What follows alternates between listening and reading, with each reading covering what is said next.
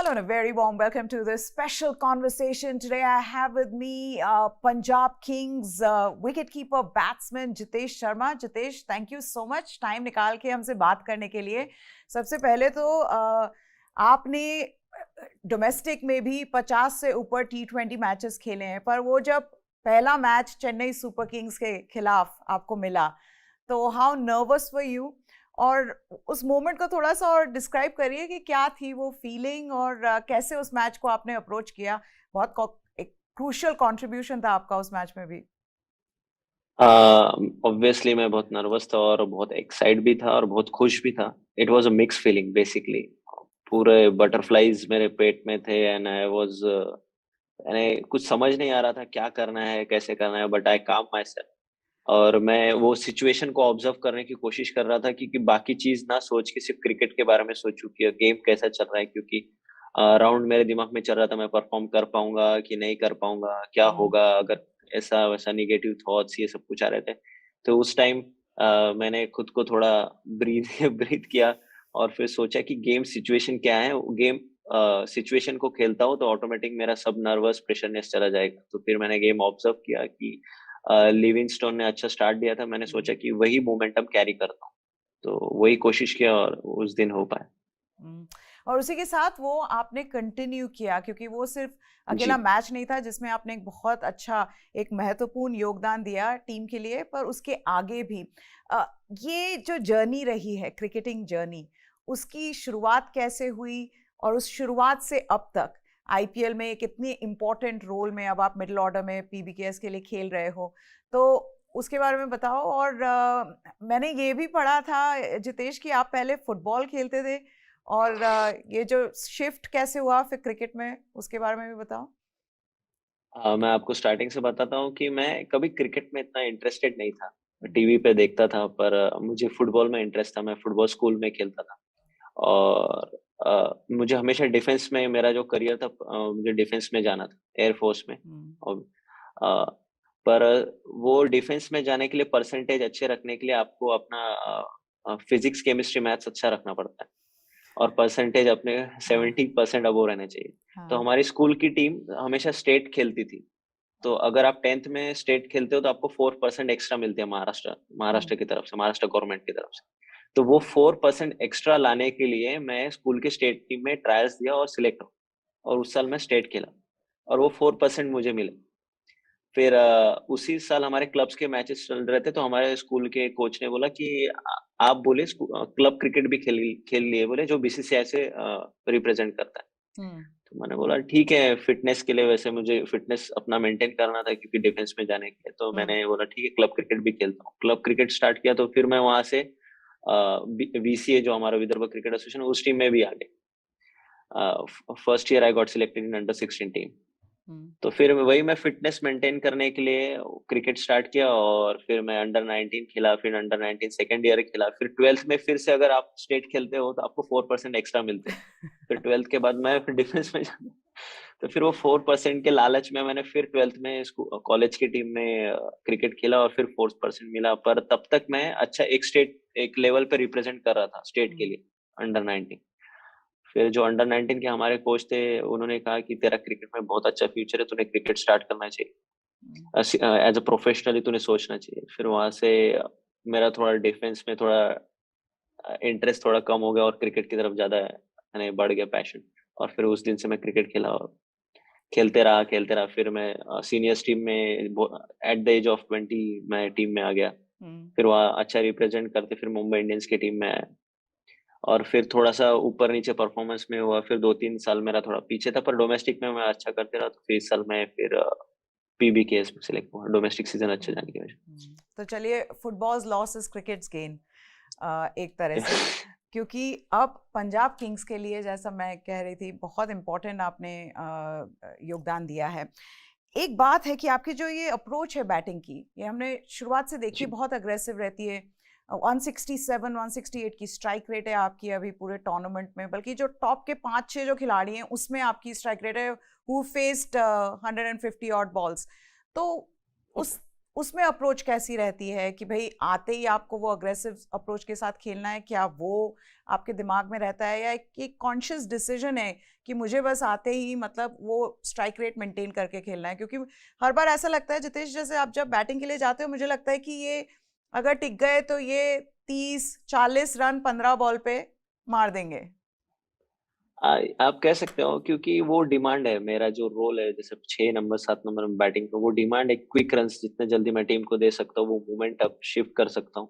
तो वही कोशिश करता हूँ, और मैं वही वैसे ही प्रिपरेशन करता हूँ नेट्स में भी। मैं जैसा नेट्स में भी जाता हूँ, एग्रेसिव वे से जाता हूँ। और मैं ऐसा नहीं कि मैं स्ट्राइक रेट के बारे में वरी नहीं करता हूँ। मैं बहुत सिंपल रखता हूँ क्रिकेट मेरा, कि मैं एक गेम ऐसा, अभी तक मेरे दिमाग में कुछ नहीं है मैंने क्या किया। मैं पूरा मेरा पुराना परफॉर्मेंस भूल चुका हूँ। मैं अभी नेक्स्ट गेम जो आरसीबी के साथ है उस पर फोकस कर रहा हूँ, कि वहां कैसा विकेट होगा, कैसा परफॉर्म करना। सो मैं अपना एग्रेसिव नहीं भूलता हूँ, बस एनर्जी रखने की कोशिश करता हूँ। जो मेरी इंटेंसिटी है खेलने की, वो एक जैसे रखने की कोशिश करता हूँ हर समय। और उसके वजह से मैं अच्छा बॉल देख पाता हूँ, अच्छा रिएक्ट कर पाता हूँ। बस वही कोशिश करता हूँ कि हर गेम में एनर्जी और इंटेंसिटी सेम रहे, और अपना पुराना जो परफॉर्मेंस है वो ओवर कॉन्फिडेंस में कन्वर्ट ना हो अगले गेम। हाँ, जो आपका पिछला मैच था राजस्थान रॉयल्स के अगेंस्ट, उसमें आपने 38 रन मारे थे 18 बॉल पे। एक समय पे लग रहा था जी। लिविंगस्टोन की जगह आपको जैसे भेजा तो क्या कर पाएंगे, बहुत अच्छा उसमें भी प्रदर्शन रहा।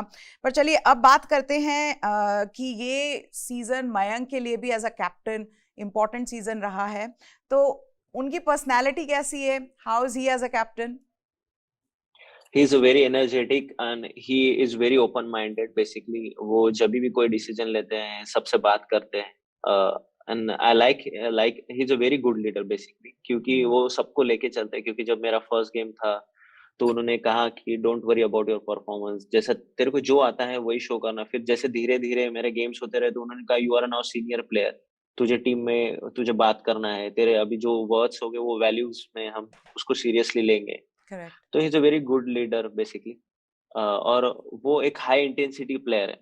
हाई इंटेंसिटी क्योंकि T20 डिमांड करता है, और वो करेक्ट। वैसे ही फील्ड में खुद एक एग्जाम्पल है, और फिर उसके पीछे 10 लोग उनको देख के हमारी इंटेंसिटी बढ़ती। Is a very good leader. चलिए, और दूसरा है कि ये जो बस सा है अराउंड जितेश शर्मा, पता है इस सीजन में अब ऐसा लग रहा है फॉर्मर ग्रेट्स आपकी स्किल के बारे में बात करते हैं, कितने वो इम्प्रेस्ड है। Must feel good. थोड़ा सा लगता होगा कि यार नहीं काफी स्ट्रगल करी है, अब जो थोड़ा सा लोग बात कर रहे हैं, it's a good feeling, I am sure. नहीं नहीं नहीं, आई am very grateful. Thank you बोलना चाहूंगा उनको, उन्होंने मेरे लिए तारीफ किया। सहवाग सर ने भी किया, और किसी और बहुत से जिन्होंने किया भी। I am very grateful. पर ये ऑब्वियसली हर क्रिकेटर स्ट्रगल करता है, क्योंकि to come to this place and perform it's not easy basically. क्योंकि यहाँ सब कुछ अलग डिमांड होता है, डोमेस्टिक से बहुत डिफरेंट क्रिकेट है यहाँ। बट जो जो चीज मुझे आती है वही कोशिश करता हूँ करने की, बस अभी उसको ही प्रेज मिल। That's it. एक बात बताओ, आप जैसे कह रहे हो डोमेस्टिक से अलग है, डेफिनेटली अलग है, वो तो मैं जानती हूँ, बट फॉर अ व्यूअर्स किस तरह के चेंजेस है? जैसे फ्रेंचाइज क्रिकेट में क्या चेंजेस है? इस आईपीएल टीम के लिए आप खेल रहे हो, किस तरह के सबसे मेजर चेंजेस हैं? क्योंकि आपको जब डोमेस्टिक खेलते हो तो आपको अपना परफॉर्मेंस, टीम का परफॉर्मेंस ये सोच के चलना पड़ता है। पर वहाँ आपको जो इंटेंसिटी होता है, वहाँ नंबर ऑफ जो लूज बॉल है वो ज्यादा मिलते हैं डोमेस्टिक में। पर इंटरनेशनल जब आप आईपीएल खेलते हो, जो वर्ल्ड में एक बिगेस्ट लीग है, तो यहाँ खरा जो मार्जिन ऑफ रन करने का जो होता है वो कम होता है।